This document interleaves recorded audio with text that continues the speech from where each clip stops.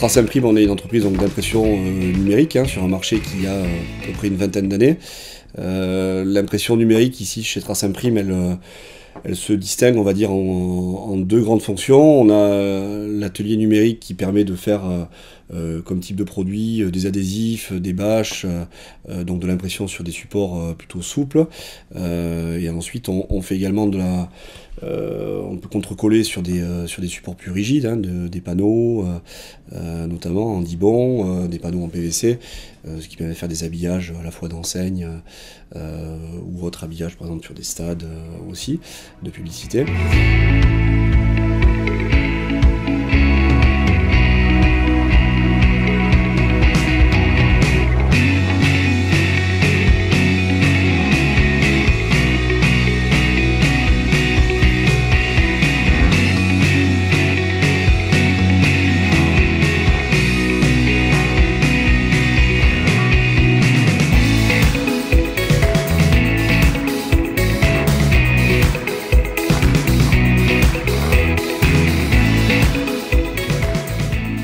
Je suis en contact avec les clients par mail, qui nous envoient soit des maquettes à peu près élaborées, disons certains la font eux-mêmes, donc c'est juste pour avoir un petit modèle, et après nous on la retape un peu.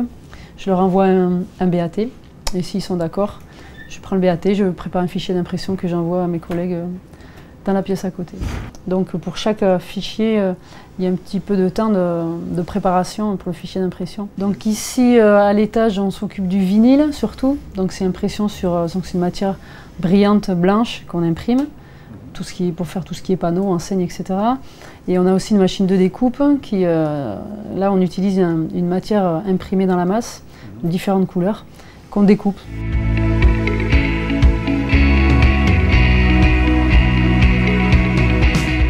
Les différentes étapes sont la conception graphique. Ensuite, par rapport à ça, nous avons un BAT qui, lui, lance la production. Ensuite, j'ai un de mes collègues qui, lui, s'occupe de lancer la fabrication sur des machines en atelier. Suite à ça, moi, je réceptionne, on échenille, c'est-à-dire on enlève le trop-plein de matière. Ensuite, on pose un tape, donc un papier de transfert qui va permettre de transférer l'adhésif de son support initial au support final, c'est-à-dire en l'occurrence là le véhicule ou ça peut être tout autre, une vitrine comme n'importe quel objet ou un panneau.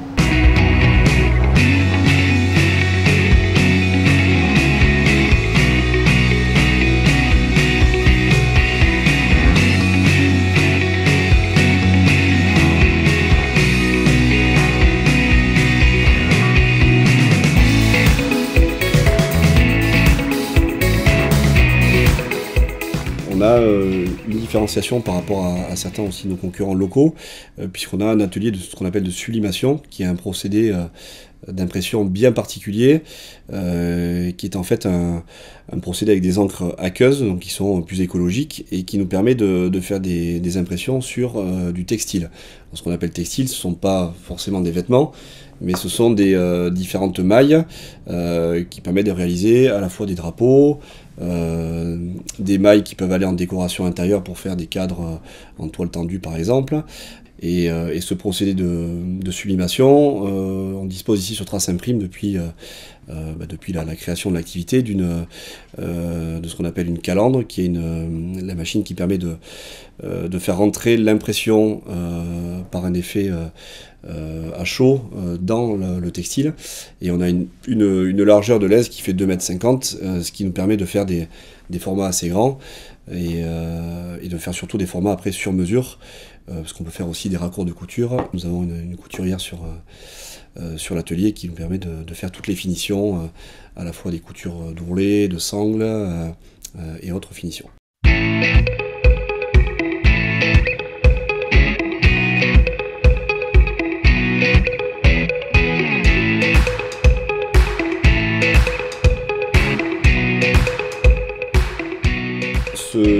Ce projet sur la cathédrale a été réalisé en fait en trompe-l'œil directement sur un échafaudage, donc c'était en intérieur.